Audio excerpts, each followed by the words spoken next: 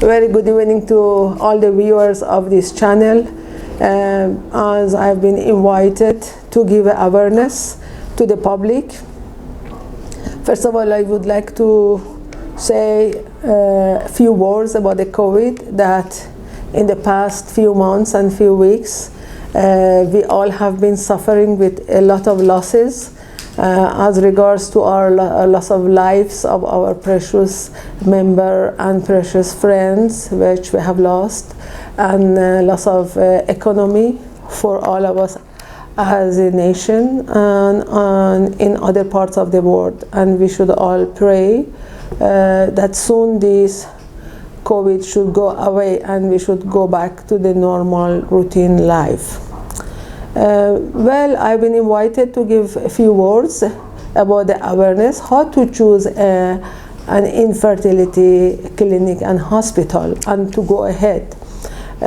Because a lot of advertisement going on where it is misleading the public, and there are important factors. One is the basic ethics which the clinic should follow, where some they do not follow, where the mixing of the gametes are common in some of the clinics, which I don't go into the depth of that, because as I'm the task force member of the Indian Council of Medical Research.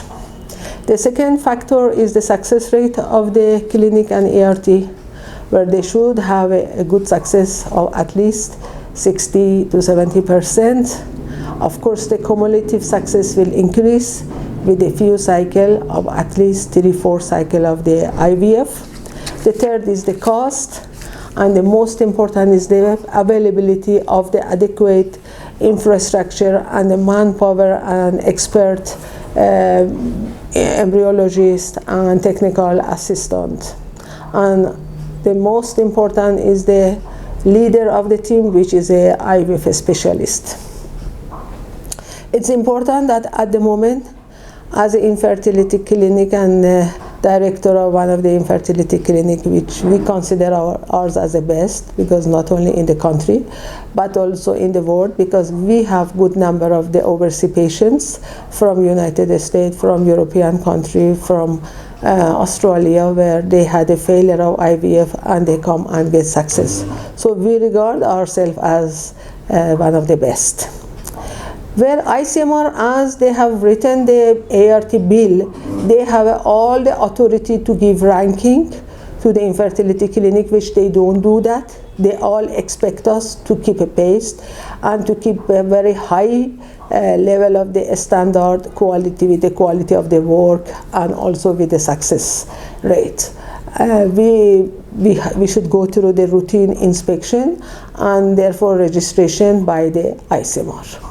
This type of a ranking, which is given by any private organization, is totally commercial. So basically it has got no value, it has got no credibility, and they have absolutely no right and no permission to issue and publish this type of a ranking, which is misleading the public. This is my advice. And if there is anybody interested, you can contact me. Thank you very much.